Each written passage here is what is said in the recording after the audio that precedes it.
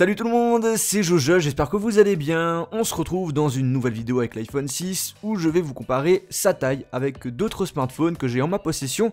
Pour ceux qui n'ont pas la possibilité de voir un iPhone 6, ça vous permet d'avoir une petite idée sur comment est l'iPhone 6 en termes de dimensions.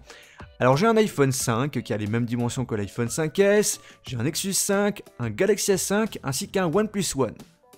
Ils ont chacun des dimensions et des tailles d'écran différentes. Je vais vous donner mon avis rapidement sur la prise en main de ces appareils comparé à l'iPhone 6. Je vais pas commencer à vous donner toutes les dimensions de chaque appareil. Le but c'est vraiment de vous montrer les différentes tailles qui existent actuellement dans le marché des smartphones et de les comparer avec l'écran de l'iPhone 6. On va commencer par le plus petit, l'iPhone 5 et 5S. Alors la taille d'écran c'est du 4 pouces pour l'iPhone 5 et 5S, 4,7 pouces pour l'iPhone 6.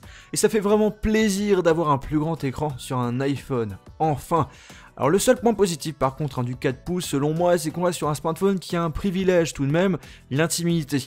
En effet il est un petit peu plus discret et si on est dans le métro par exemple les gens autour de nous risquent de moins voir ce qu'on fait avec notre téléphone comparé à un téléphone plus grand.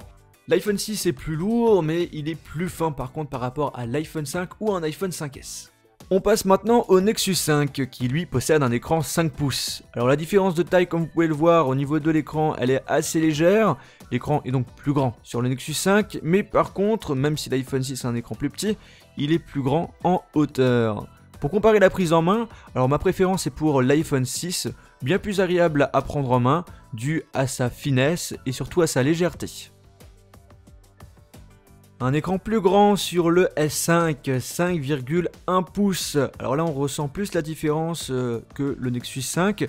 L'iPhone 6 est toujours plus fin, plus léger. Quand on a les deux appareils en main, ce qui me choque vraiment c'est le toucher. Alors j'ai le Galaxy S5 qui glisse plus facilement que l'iPhone 6. Le Galaxy S5 est en plastique, contrairement à l'iPhone 6 qui est en aluminium. Le OnePlus One, alors là c'est la grosse différence avec un écran 5,5 pouces, c'est ce qu'on appelle une phablette et non une femmelette.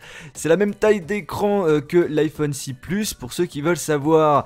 Et c'est super grand, c'est même énorme. Si vous avez une petite main, je vous déconseille de prendre un smartphone plus grand que 5 pouces parce que ça sera pas pratique à utiliser. Là c'est vraiment une affaire de goût, le privilège avec un écran aussi grand, c'est surtout de pouvoir regarder des films, jouer à des jeux, naviguer sur internet avec un plus grand plaisir que si on avait un écran plus petit. Pour la partie épaisseur, il n'y a pas photo, l'iPhone 6 est bien plus fin que le OnePlus One. Comme vous avez pu le remarquer, tout au long de cette vidéo, on voit bien que l'iPhone 6 est le smartphone le plus fin par rapport au Nexus 5, au Galaxy S5, au OnePlus One ou encore à l'iPhone 5 ou 5S. Pour moi, la prise en main du nouvel iPhone est vraiment parfaite et je le préfère par rapport aux autres smartphones.